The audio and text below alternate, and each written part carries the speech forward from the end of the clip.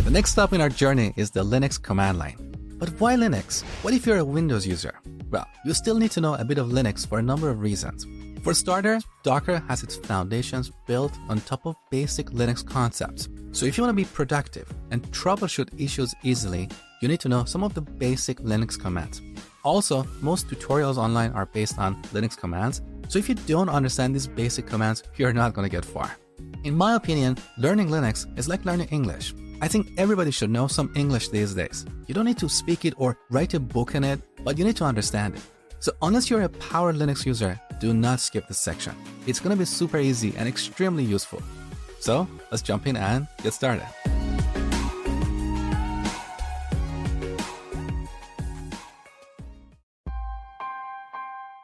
Let's start off this section by talking about Linux distributions, also called Linux distros. So as you probably know, Linux is open source software. And for this reason, many individuals and communities have created their own version of Linux called Linux distributions. Each of these distributions is made to fit specialized needs like running servers, desktop computers, mobile phones, and so on. So we have Ubuntu, which is one of the most popular Linux distributions. We also have Debian, Alpine, which we briefly talked about. It's a very small Linux distribution. We also have Fedora, CentOS, and so on. Believe it or not, there are more than 1,000 Linux distributions out there. Now, most of these distributions support pretty much the same set of commands, but sometimes you might discover differences along the way, so be aware of that. In this section, we're going to use Ubuntu Linux because it's one of the most popular distributions. But if you have a preference for another distribution, that's totally fine.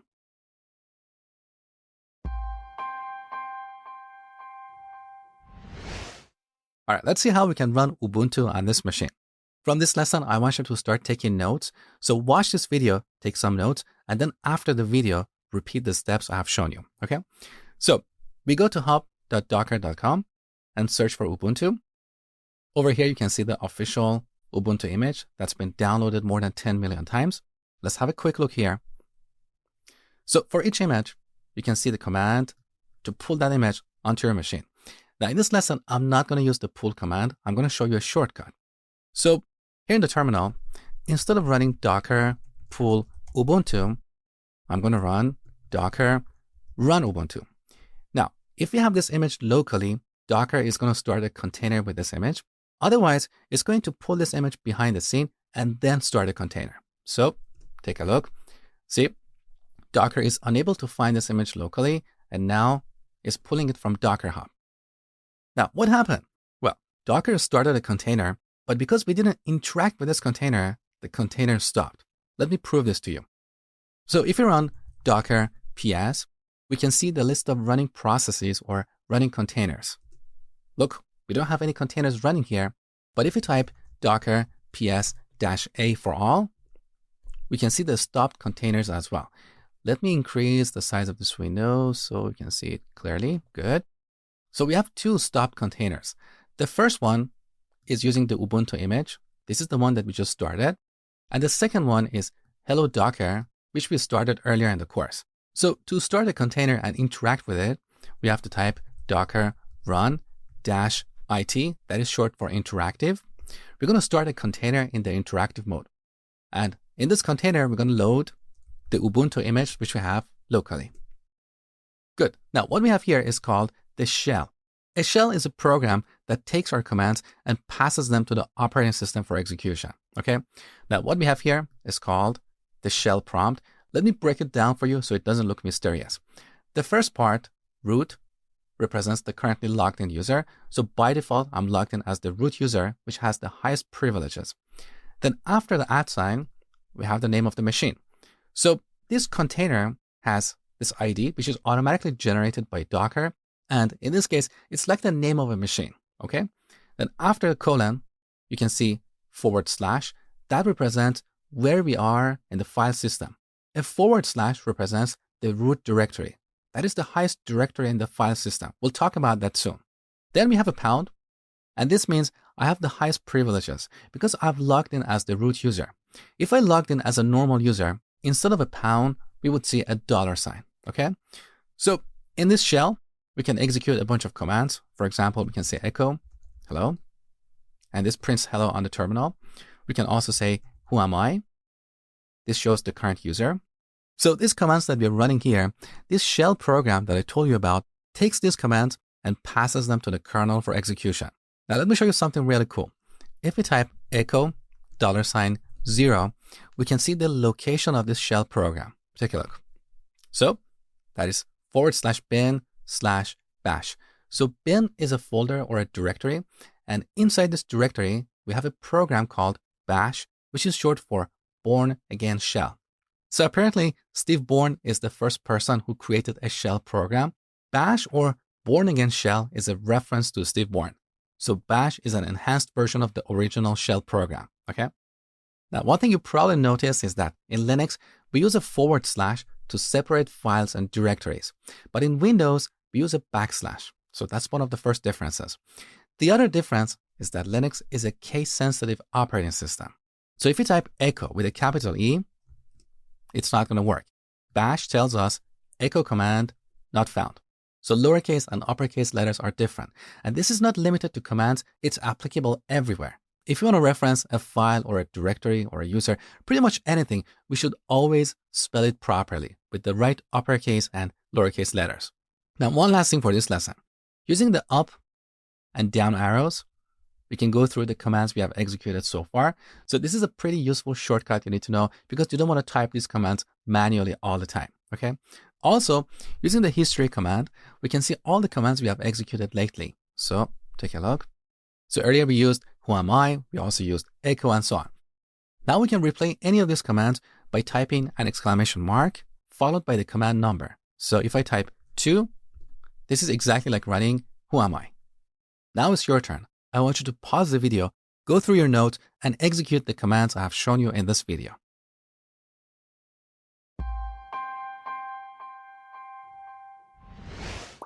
These days, most operating systems and development platforms come with a package manager. You've probably worked with tools like NPM, Yarn, pip, and so on.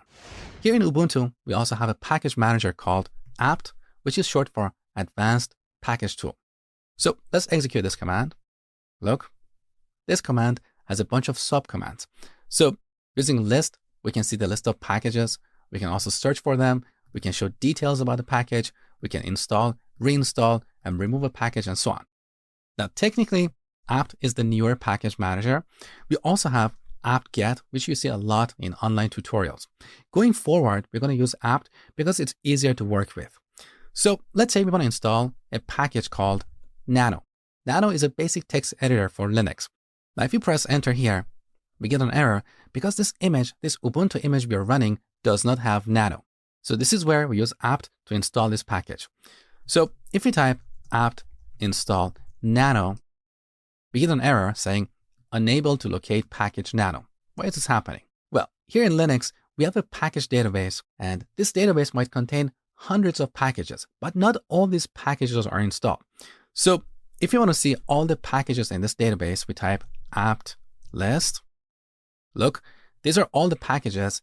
Now, in front of these packages, you can see some of them are installed, but not all packages in this database are installed. When we type apt install nano, this command looks at the package database, and in this database, it cannot find a package called nano. So this is where we use the update command to update the package database. Now, when we press enter, Linux is going to all these sources like security.ubuntu.com and all these other websites to download the list of packages. So now our package database is updated. So if we run apt list, we see far more packages. And as you can see, most of these packages are not installed because we don't have installed in front of them. So now we can run apt install nano, and nano is installed. So here's what you need to take away. Before installing a package, you should always run apt update to update your package database, and then you can install a package like nano. Now we'll talk about nano later in this section. But before going forward, let's make sure that this package is installed properly. So if you type nano, great. So here we have a text editor, we can type something. Let me resize the window. So down below, you can see the shortcuts. To exit, we have to press Ctrl and X. Now it's asking if you want to save the changes. No, so we're going to press N. Good. We're back here. We can clear the terminal window by pressing Control and L. Okay. So we have installed Nano.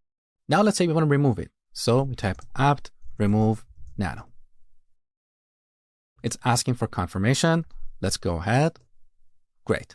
So Nano is gone. If I type Nano, we get this error saying no such file or directory. Now here's a little exercise for you.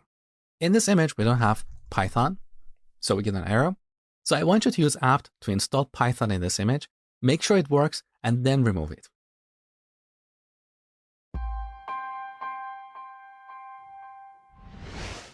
So in Linux, just like Windows, our files and directories are organized in a tree, in a hierarchical structure. So in Windows, we have a structure like this, with C drive on top of the hierarchy. Then below that, we have directories like program files, Windows, and so on. In Linux, we have the root directory on top of the hierarchy. Below that, we have a bunch of standard directories. For example, we have bin, which includes binaries or programs. We have boot, which includes all the files related to booting. Then we have dev. The first time I saw this, I thought this is short for development. It's not. It's short for devices. So in Linux, everything is a file, including devices, directories, network sockets, pipes, and so on. So the files that are needed to access devices are stored in this directory. Then we have etc. There are different opinions. What is this short for? But one common opinion is this is short for editable text configuration. So this is where we have configuration files. We also have home. This is where home directories for users are stored. So on a machine with multiple users, each user is going to have a home directory here. We also have root, which is the home directory of the root user. Only the root user can access this directory. Then we have lib, which is used for keeping library files like software library dependencies. We have var, which is short for variable. And this is where we have files that are updated frequently, like log files, application data, and so on. And finally, we have proc, which includes files that represent running processes. So once again, in Linux, everything is a file. Processes, devices, even directories are files. Now, you don't need to memorize any of these directories. I just listed them here, so as we go through the course, these directories look familiar to you. That's all. Next, I'm going to show you how to navigate the file system, and there you will see these directories one more time.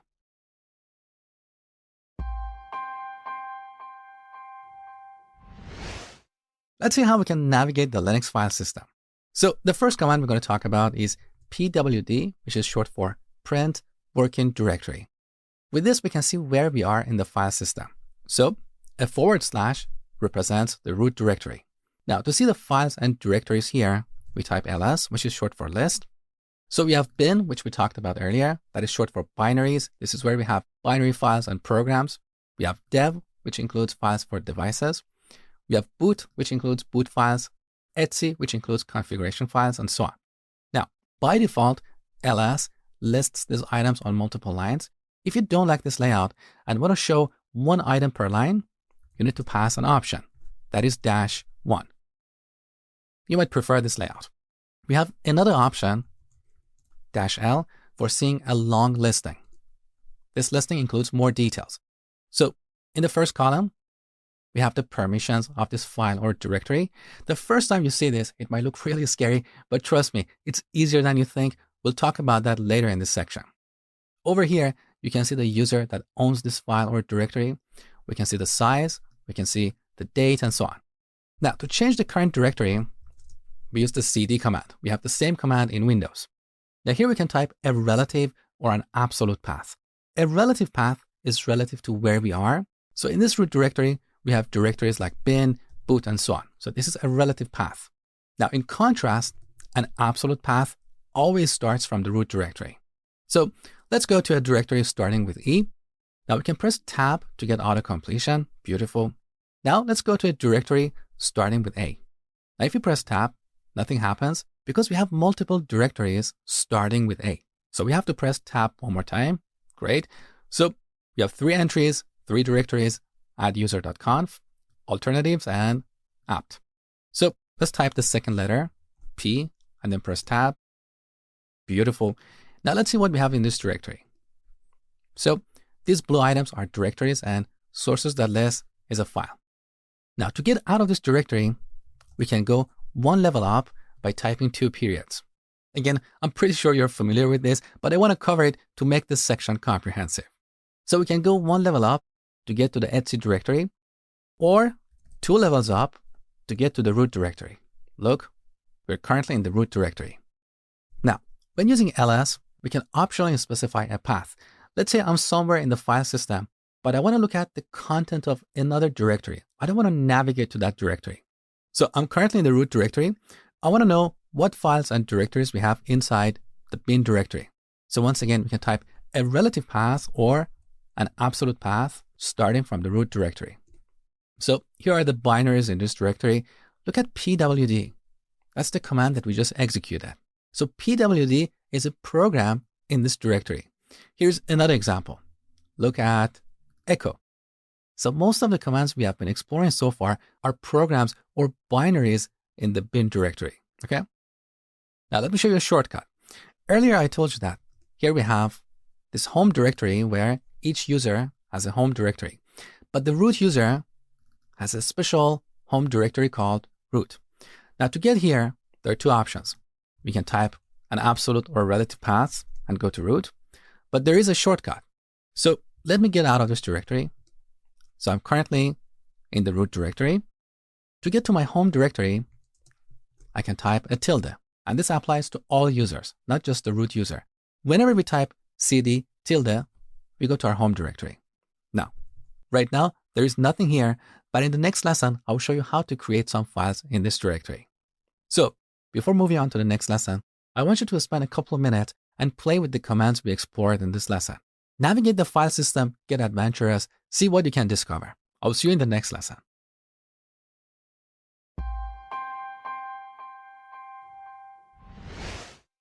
Let's see how we can manipulate files and directories.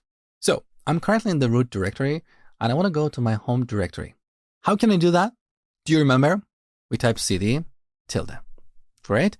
Now, in this directory, I want to create a directory called test. So we type mkdir test.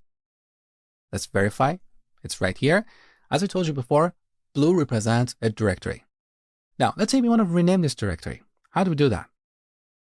We use the move command. With this, we can rename files and folders or move them somewhere else. So we can move or rename test to Docker. All right, beautiful. Now, let's go in this directory. Now, to create a new file, we use the touch command. So we can create hello.txt. Look, we have this new file here. This is a new empty file. In the next lesson, I will show you how to edit files. So for now, don't worry about it. Also, using the touch command, we can create multiple files in one go. So we can create file 1, file 2, and file 3. Now take a look. Beautiful. Now I've got a question for you. How do we list these files with a single file per line? Do you remember? We type ls-1. Now let's say we want to rename hello.txt to something else. Once again, we can use the move command. So we type h, press tab to get auto completion. We can rename this to hello-docker.txt, or we can move it to a different directory. For example, we can move it to the etc directory. And here I'm using an absolute path because my path has started from the root directory. Now in this lesson, I don't want to move this anywhere. So I just want to rename this to hello-docker.txt. And if you're wondering how I remove this entire word in one go, I press Ctrl and W. So let's bring it back. Hello-docker.txt. Take a look. Good. Now let's see how we can remove one or more files. To do that, we use the rm command. Now here we can type one or more files. So we can say file1.txt, file2.txt, or we can use a pattern. For example, I can say, I want to remove all files that start with file. Let's verify it. Beautiful. We only have hello docker. Now, let's get out of this directory and remove the directory itself. So we type rm docker. Now we get an error saying Docker is a directory. So to remove directories, we have to use the R option, which is short for recursive. So we want to remove this directory and all its content recursively. Now we press D, tab, beautiful. So let's verify there is nothing here. So let's quickly recap. We use mkdir to create a new directory. We use touch to create a new file. We use move to move or rename files or directories. And we use rm to remove files and directories. Now, as an exercise, go to your home directory, create a bunch of files and directories, rename them, and then remove them. In the next lesson, I'm going to show you how to view and edit files.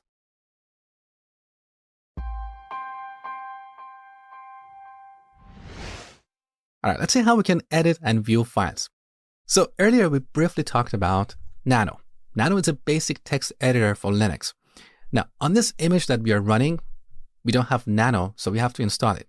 Do you remember the command for installing Nano? That is apt install Nano. All right, now we have Nano, so we can launch it and optionally supply a file name. Let's say file1.txt. So here we have a basic text editor. We can type whatever we want. And when we are done, look down below. The shortcut for exiting is Control and X. So I'm going to press that. Now it's asking if you want to save the changes. So we press yes. And here we confirm the file name. We can keep the same file or change the file name. Let's go ahead. So now in this directory, we have file1.txt. Beautiful.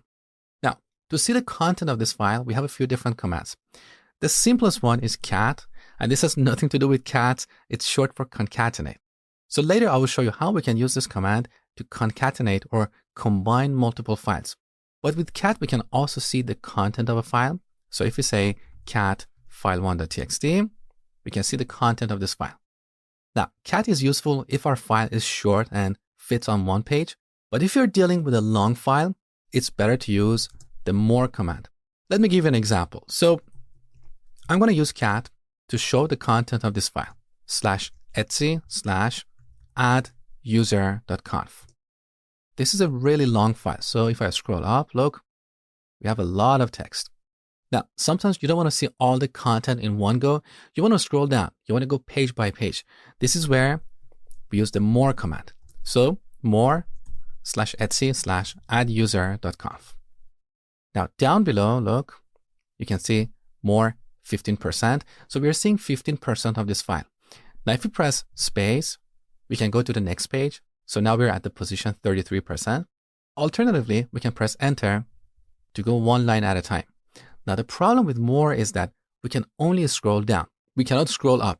So to do that, we have to use a different command called less. So to exit here, we press Q. Good. Now, in this image, we don't have less. So once again, we have to manually install it. So apt install less. So less is a newer command that is supposed to replace more. Let's go ahead. Great. So let's look at the same file using the less command, /etc/adduser.conf. So now using the up and down arrows, we can scroll down or up. So just by pressing up and down arrows. We also have space. We can go to the next page and enter, just like the more command. And when we are done, we can press Q. Now we have a couple more commands for viewing the content of a file. We have head, which we can use to display the first few lines. So here we can supply an option and say the number of lines we want to see is 5. Let's look at the same file. So this shows the first 5 lines of this file. Similarly, we have tail, which shows the last few lines. So we supply an option and say we want to look at the last 5 files. That's it. So to recap, we can use Nano to write something to a file. We can use cat to view the content of small files. Less to view the content of long files in an interactive way. And head and tail to view the first few or the last few lines of a file.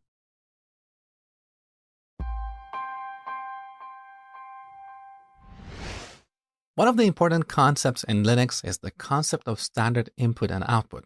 So standard input represents the keyboard and standard output represents the screen. But we can always change the source of the input or the output. This is called redirection. Let me show you using a few examples. So we talked about the cat command to see the content of a file. Let's say file1.txt. When we execute this command or this program reads data from this file and prints it on the standard output, which is the screen. That is why we see the content here. But using the redirection operator, which is the greater than sign, we can redirect the output from the screen to, let's say, a different file.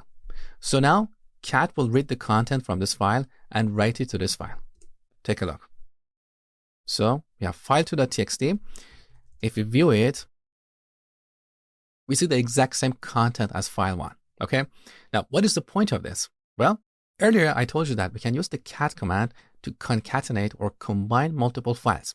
So here we can say cat file1.txt and file2.txt. If we press enter, cat is going to read the data from both these files and print it on the terminal, which is the standard output. But once again, using the redirection operator, we can write the result to a different file, combined.txt. So this is how we can use this command to combine multiple files. Now, the redirection operator is not limited to the cat command. We can use it pretty much anywhere. For example, earlier we talked about the echo command. If we say echo hello, we see the result on the terminal.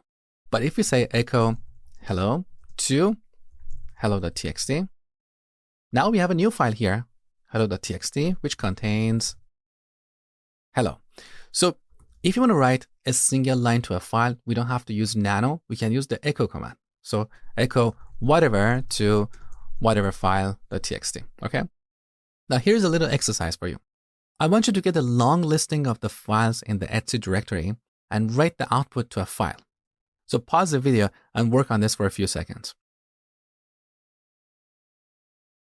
So here's the solution. To get a long listing, we type ls-l, then we specify the path, the Etsy directory. Now, instead of printing the result on the terminal, we're going to write it to a file called files.txt. Okay. Now let's view this file. Perfect. Now, one more thing before we finish this lesson.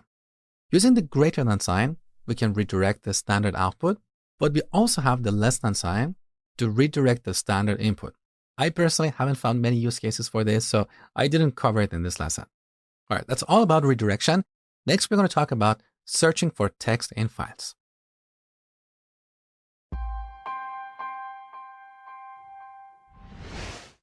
Let's see how we can search for a string in a file.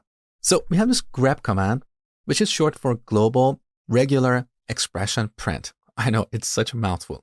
But let's say we want to search for the word hello in file1.txt. What happened? Didn't we write hello to file1.txt? Yes, we did, but this search is case sensitive, just like everything else in Linux. If you want to remove case sensitivity, we have to use an option.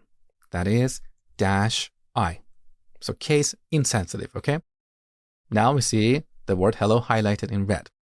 Let's look at another example. This time, I want to search for the word root in /etc/password.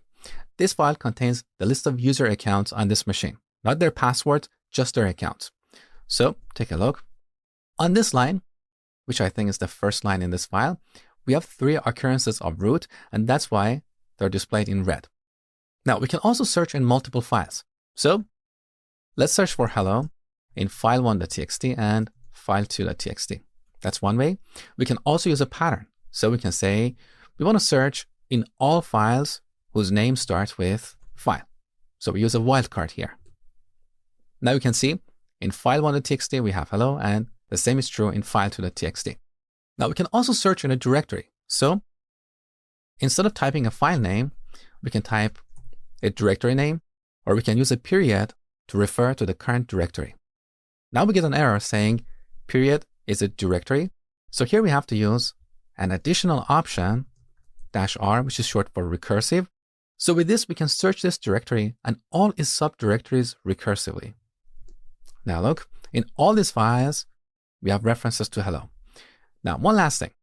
In Linux, we can combine multiple options. So instead of having 2 different options, -i and -r, we can combine them into one option. This gives us the exact same result. So using the grep command, we can search for a string in 1 or more files.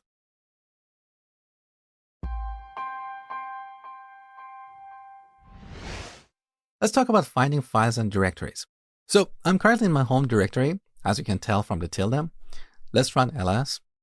So here we have combined file1, file2, files, and hello.txt. Now, of course, on your machine, you might have different files. It doesn't matter. Now, in Linux, we have the find command for finding files and directories. If we execute this command without any arguments, we see all the files and directories in the current directory recursively. So this command is going to go through every directory in this directory and list their files. So on the top, we have .bashrc and .profile. These are two hidden files in the current directory. You didn't see this earlier when I executed ls, because by default, ls doesn't show the hidden files and directories. Now, what option should we use to see the hidden files and directories? Do you remember? -A, which is short for all. So now you can see bashrc, profile, and local, which is a directory because it's blue. So back to the find command. Here you can see all the files and directories in the current directory. Now, if you want to look somewhere else, we can supply a path. So we can search in the Etsy directory. Now you can see all the files and directories starting from Etsy, okay? Now, let's get back to the current directory. Let me show you various ways to filter the result. If you want to see only the directories, we pass an option called type with the value of D. Now you can see only the directories in the current directory. Alternatively, we can search for files. We can also filter by name. So let's say I want to find all the files whose name start with, let's say, F. Here in double quotes, we can type a pattern. We can say F star. Now just remember that this search is case sensitive, just like everything else in Linux. So if you type a capital F here, we don't find anything. Now to make the search case insensitive, instead of name, we use a different option that is iname. All right, beautiful. Now here's a little exercise for you. Using the find command, I want you to find all the Python files in this image and then write the result to a file called pythonfiles.txt. So pause the video, work on this for a few seconds, then come back see my solution. All right, so using the find command, we're going to look at all the files starting from the root directory. Now, we're going to supply an option, type F, so we only look at files. We're going to supply a second option for searching by name. Here I'm going to type a pattern like star.py because all Python files have the py extension. Now, if you didn't know this, don't worry, it doesn't really matter. So this way, we can find all the Python files in this image. Let's verify it. Beautiful. Now, to write the result to a file, we're going to use the redirection operator. So we can write it to a file called pythonfiles.txt. Good. Now, let's verify that everything is working. Beautiful.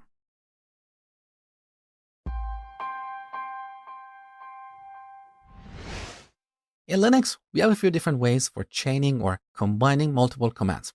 So once again, I'm in my home directory. Let's say I want to create a directory called test. And right after this, I want to go into this directory and echo something to the terminal. Now, I don't want to press enter here and then type the second command. I want to type multiple commands and execute them in one go.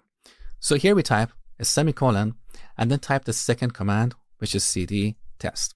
Now, once again, we type a semicolon and type the third command. So echo done. Now, if I press enter, all these commands will get executed one after another.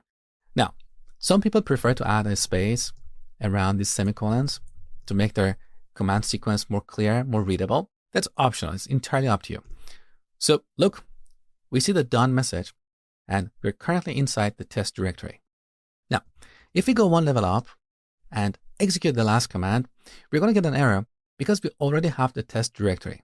But the other two commands will get executed. Take a look. So look, here's the error saying the test directory exists, but we also see the done message and we're currently inside the test directory. Now, what if you want to stop execution? So if one command fails, the other commands are not going to get executed. Well, this is where we use the AND operator. So let me go up and clear the screen. Now, instead of a semicolon, we're going to use double ampersands. That is the AND operator. So if this command fails, the other commands will not get executed. Take a look. All right. We saw an error saying the directory exists, but we're still inside the home directory. We didn't go inside the test directory. Now we also have the OR operator. So if we say create the test directory or echo directory exists, if this command gets executed, this command will not get executed. But if this command fails, this command gets executed. Make sense? So essentially it's saying create this directory or print directory exists. Let's try it. So we got this message because the directory already exists. But if I bring up this command and change the directory name to test2, this time we are not going to see this message because we can successfully create this directory. There you go. So these techniques are very powerful. You'll use them a lot when it comes to deploying your applications using Docker. You'll see more examples in the future. Now, another way to chain commands is piping, and this is extremely powerful. So let's look at the content of the bin directory. So here we have a long list of files, but what if you want to look at this list using the less command? So remember, earlier we talked about the less command. With this, we can look at the content of a file, and then we have the ability to scroll up and down or go line by line and then quit. This is where we can use piping. So we use the ls command, get the content of the bin directory, and then create a pipe. So we get the output of this command and then send it to the less command. So essentially we're creating a pipe. What comes out of this command goes into the second command. So now less doesn't need a file name because it gets the input from the first command. Take a look. So now we're seeing the output of the less command. Using the up and down arrows, we can scroll. Using space, we can go to the next page, and then we can exit using Q. We can also use the head and tail commands here, pretty much any commands. So if we use head, by default, we can see the first 10 lines. We can supply an option and see the first 5 lines. Pretty useful. Now, one last thing before we finish this lesson. Sometimes when dealing with the long command, our command sequence might look a little bit hard to read. So let me show you how you can split it into multiple lines. So I'm going to create a directory called hello. Then I'm going to go into this directory and echo done. Now, this is a fairly short command, but imagine this was really long and we had to scroll horizontally. We don't want to do that. So we create a directory and then terminate this command using a semicolon. Now, if we type a backslash and press enter, we go to the second line and the command prompt changes. So we can type the rest of the command here. Now we're going to go to the hello directory, then terminate this command and add a backslash. So on the third line, we can echo done. And of course, we can keep going as much as we want. So this is how we can break up a long command into multiple lines by using a backslash. There you go.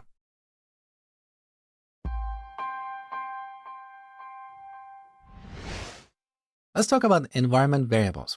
This is one of the areas that a lot of people are confused about. So just like we have variables in our programming languages, in Linux, we have environment variables which we can set for storing configuration settings for our applications. So our applications can read configuration settings from these environment variables. In this lesson, I'm going to show you a few different commands for viewing all these environment variables and setting them. So the first command is printEnv. With this, we can see all the environment variables on this machine. Take a look. So let me scroll up. All right. So here we have a bunch of key value pairs separated by an equal sign. The first variable is hostname, which is set to the ID of our container. And as you know, this is generated by Docker automatically. Then we have pwd, home, ls callers, and so on. Now down below, we have a very important environment variable called path. Have you noticed that sometimes when you run a program from the command line, you get an error saying the program or the command was not found, even though you have installed that program? Quite often that happens because your operating system, whether it's Linux or Windows, cannot find that program. Now, here's the interesting part. To find a program, your operating system is not going to go through your entire hard drive. It's only going to look at specific directories. And those directories are specified using the path variable. So this is set to a list of directories separated by colon. So here's the first directory. Then we have a colon. Here's the second directory and so on. These are the directories that Linux or Windows searches for to find a program or a command, okay? Now, what if you want to see the value of a particular variable? We can type printf and then path. That's another way. Now, once again, everything is case sensitive here. So if I type path in lowercase, we're not going to see anything, okay? Now, there's another way to see the value of an environment variable. Instead of printf, we can use echo, but here we have to prefix the variable with a $sign. So Linux knows that we are referring to an environment variable, like path. Now, how can we set a variable? Using the export command. So let's define a variable called db_user, and I'm going to set that to mosh. Now this variable is stored in the current session, in the current terminal session. So we can read it using the echo command, db_user. We can also read it using printf. However, this variable is only available in the current terminal session. So if I close this terminal session and open a new terminal session, this variable will not exist. Let me show you. So we can terminate this session by typing exit. Now we're outside of our container environment, so we're back on my Mac terminal. Now let's run docker ps to see all the Docker processes or containers. There's nothing here. Our container is stopped. Now to see all the containers, including stopped containers, we type docker ps-a, that is short for all. So let me expand this window so you can see clearly. So we have two stopped containers. One was running our Ubuntu image, and the other was running Hello Docker. This container was the one that we have been working with throughout this section. Now I want to start this container so we can work with it again. So just like virtual machines, we can stop or start a container, okay? So look at this container ID, 2F whatever. I'm going to grab the first few letters, 2F7. So to start this container, we type docker start. We use -i so we can interact with it, and then type the container ID. Quite often, we can type only the first 2-3 letters, unless there is another container whose ID starts with the same sequence of characters. Then we have to type more characters, okay? So let's start it again. We are back in the same Linux machine. Now, if we type echo db_user, we don't see anything because that variable does not exist anymore. It was only available in that terminal session. Now, to make it persistent, we have to write it to a special file. So we go to our home directory. Now we list all the files, including hidden files. Earlier you saw this file, bashrc. This file is a user's personal startup file. So every time a user logs in, Linux loads this command from the user's home directory. So this is where we have to write permanent environment variables. Now we can edit this using nano, so nano.bashrc, but let me show you another technique. Earlier we talked about redirection. So using echo, I want to write something to this file. I want to set db_user to mosh, and then I want to redirect the result to .bashrc. Don't execute this yet, because if you do this, you will overwrite the entire bashrc file. We don't want to overwrite it here. We want to append something to it. So we add another greater than sign, and this will append db_user to bashrc. Okay. Now to verify our work, let's look at bashrc. So take a look. The last line contains our permanent environment variable. And of course, we can always come back and change this value. Now, one thing I want to emphasize here is that you should never store sensitive information in environment variables, because at the end of the day, these variables are stored in plain text files. So we don't want to store DB password here, because anyone who has access to this machine can read the DB password. So just be aware of this. I think most software engineers have made this mistake at least once in their career, and I'm no exception. So we have set db_user permanently in this file. Now, if we exit and open a new terminal session, we can still read the value of that variable. So let's look at all the stop containers. Here's our container. We're going to start it one more time. Docker start -i 2f7. We're back here. So let's echo db_user. Beautiful. Now, one last thing before we finish this lesson. The changes we make to bashrc file are only effective in the next terminal session. So if you write another environment variable here, that variable is not going to be available until we open another terminal session. Let me show you. So let's go to my home directory and echo, let's say, color equals blue.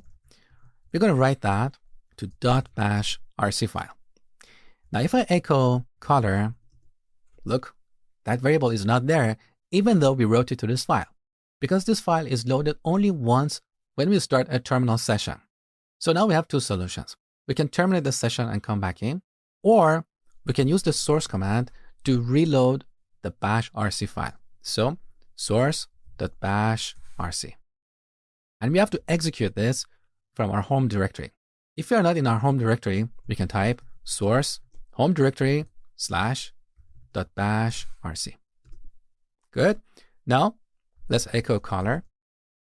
And here's the result. Beautiful.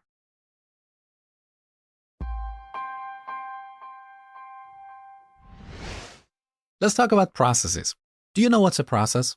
A process is an instance of a running program. To see all the running programs or all the running processes, we can use the ps command. So we have two processes. One is running bash, the other is running ps. Now, technically, ps was a very short-lived process. It only existed while this command was producing this output. So now it doesn't exist anymore. However, if we run ps one more time, we see ps again, because once again, while ps was preparing this command, it was being executed, okay? So technically, the only process that is running right now is bash. Do you remember bash? Bash is short for Bourne Again Shell. It's the program that we're interacting with here, the program that takes our commands and sends them to Linux for execution. That's bash. Now, as you can see, each process has a unique identifier that is generated by the operating system. Now, what is TTY? That is short for teletype. And over here, we can see the type of terminal the user is logged into. So PTS is short for pseudo terminal. Don't worry about what it really means. There is some long history, but a short explanation is that this kind of terminal window that we are using, this is called a pseudo terminal. So PTS/0, that represents the first terminal window. So if I open another terminal window and start this container and then execute the same command, we're going to see PTS/1. So in this column, we can see which terminal the user is logged into, okay? Now, time is the amount of CPU time each process consumed. So both these processes are very lightweight. They're not taking much of CPU time. But sometimes you notice your system getting slow. That's because some process is taking so much of CPU time. In that case, you want to kill that process. Let me show you how to do that. First, I want to create a process and put it in the background. So in Linux, we have the sleep command. If I type sleep 3, now the prompt sleeps for 3 seconds and then wakes up. Now, what if you want to put this in the background so we can execute other commands? We append an ampersand here. Now this is in the background and we can execute other commands. So let's run sleep with a longer wait, let's say 100 seconds. And we want to put this in the background. Now, if we run ps, we can see the sleep command. As you can see, this command is not taking much of CPU time. So it's a light process. But let's say we want to kill this. This is where we use the kill command. And here we specify the process ID for the bad boy. So that is 38. Now that is gone. So let's run ps one more time. That process is terminated. Beautiful.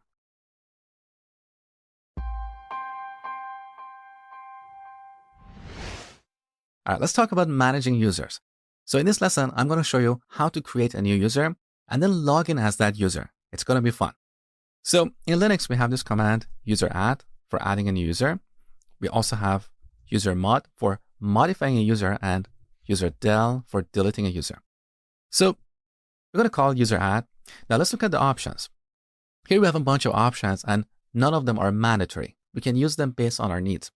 In this lesson, I'm going to use an option, this one. Each option, as you can see, has two forms. The short form with 1 hyphen and the long descriptive form with 2 hyphens. Different people have different preferences. So with this option, we can create the home directory for this user. So we're going to say user add -m, and the name of the user is John. Okay, where is this user? Well, this user is stored in a configuration file in the etc directory. So using cat, we can look at that, cat/etc/password. Now, the name is misleading. passwords are not stored here. We only have user account information. So take a look. So down below, look over here. We have John. So we have multiple fields separated by colon. First, we have the username. Then we have a colon as a separator. X means the password is stored somewhere else. I'll show you that in a second. Then we have this field. That's the user ID. Now on your machine, you're probably going to see 1000 because prior to recording this video, I created another user, Mosh, and the ID of that user is 1000. So John's ID is 1001. Then we have the group ID. We'll talk about this in the next lesson. Now over here, we have the home directory of this user. So /home/John.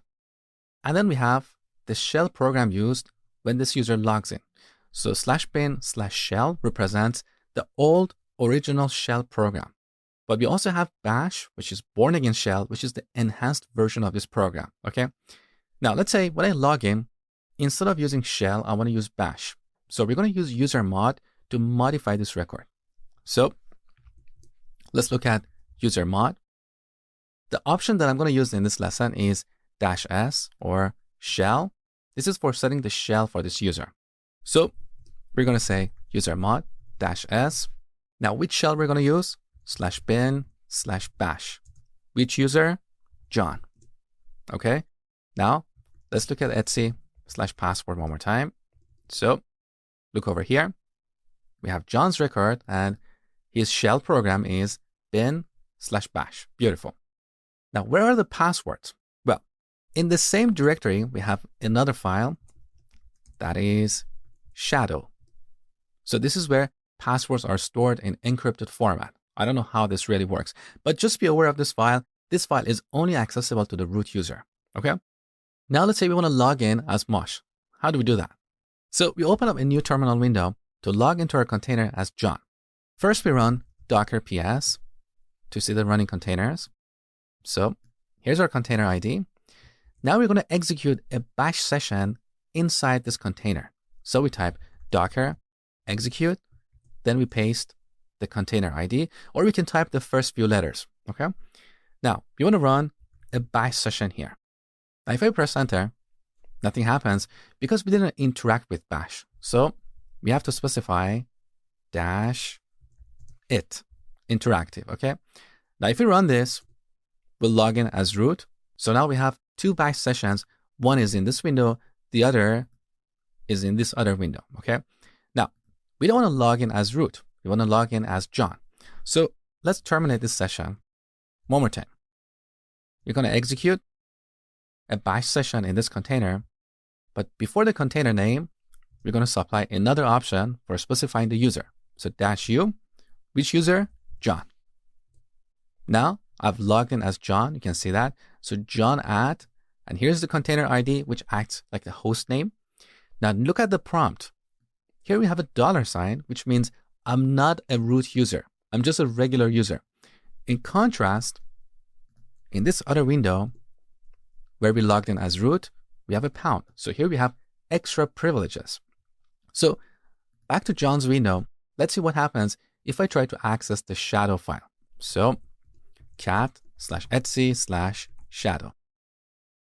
We get a permission denied error.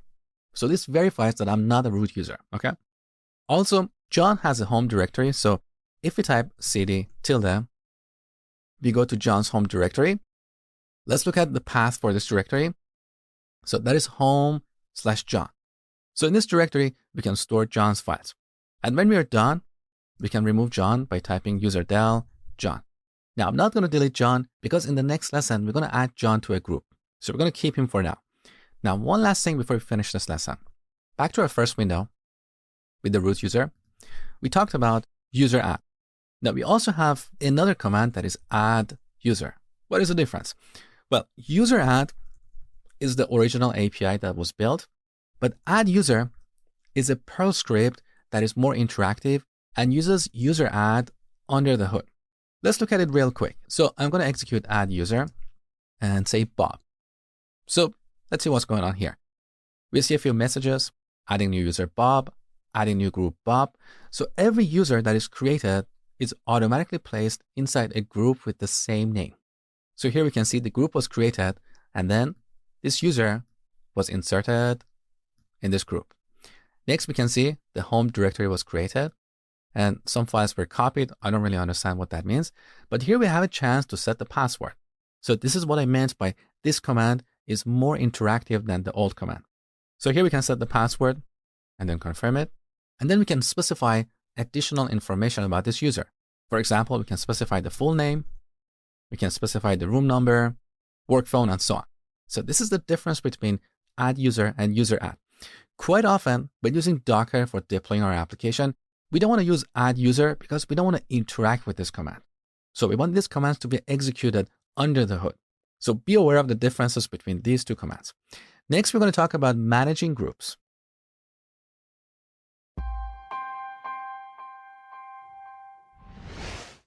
So we created a new user in the last lesson. Now let's talk about managing groups. So in the last lesson, we talked about 3 commands that start with user. We have user add, user mod, and user del. We have similar commands for managing groups. So we have group add, group mod, and group del.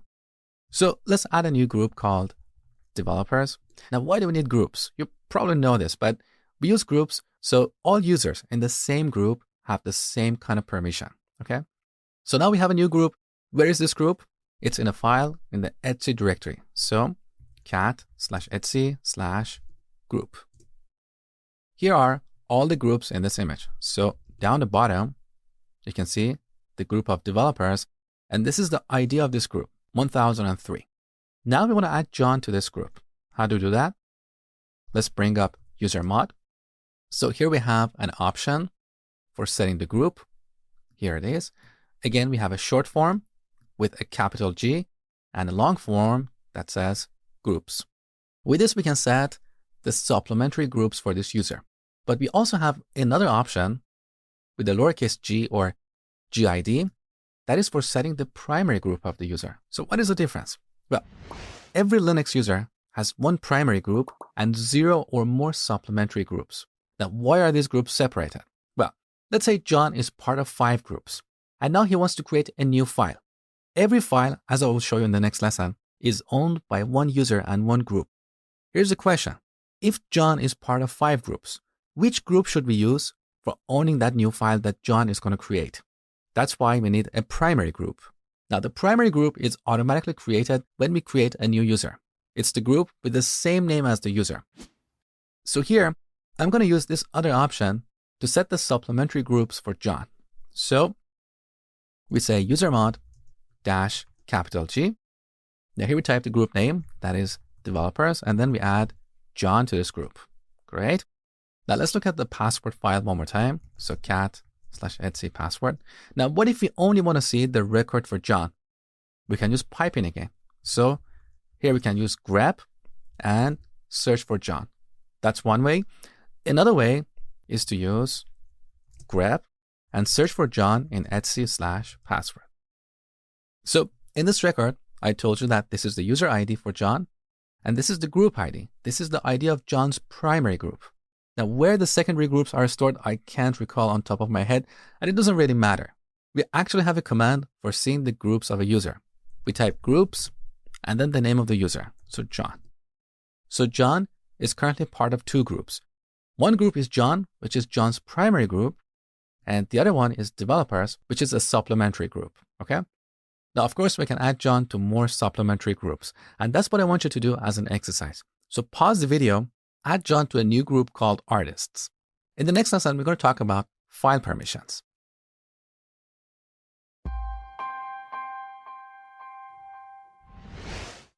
All right, the last thing we're going to talk about in this section is file permissions. This is one of those areas that a lot of people find confusing or complicated. It's actually very easy. Let me make it super simple for you. So I've logged in as root and I'm in my home directory. Let's go to the home directory. And in this directory, I want to create a file called deploy.sh.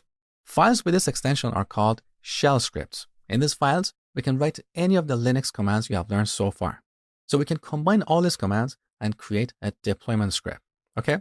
So to write to this file, I'm going to use the echo command. I'm going to write echo hello to deploy.sh. So I'm writing this line to this file. Let's go ahead. And now let's verify it. So we have echo hello. So when we execute this file, we're going to see hello on the terminal. Okay. Now to see the permissions for this file, we have to get a long listing. Take a look. So in this directory, we have 3 directories, Bob, John, and Mosh, and 1 file.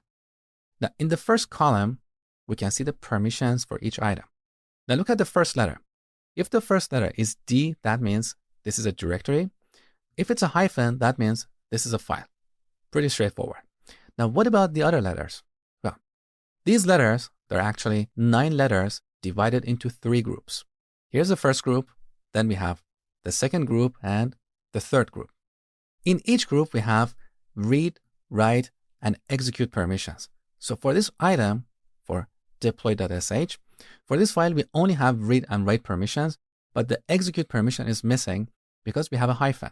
Now in contrast, look at the permissions for this directory. We have read, write, and execute. Execute is used so we can go into that directory. So we can use the cd command with it. So by default, all directories have the execute permission. Now, in the second group, we only have the read permission. And this is true for the third group. But what are these groups for? Well, the first group represents the permissions for the user who owns this file. That is the root user here. The second group represents the permissions for the group that owns this file. And that is this group. So by default, every user that is created is automatically placed inside a group with the same name. Okay. Now, the third group represents permissions for everyone else. Now, to execute this file, you have to type period, referring to the current directory, then / deploy.sh.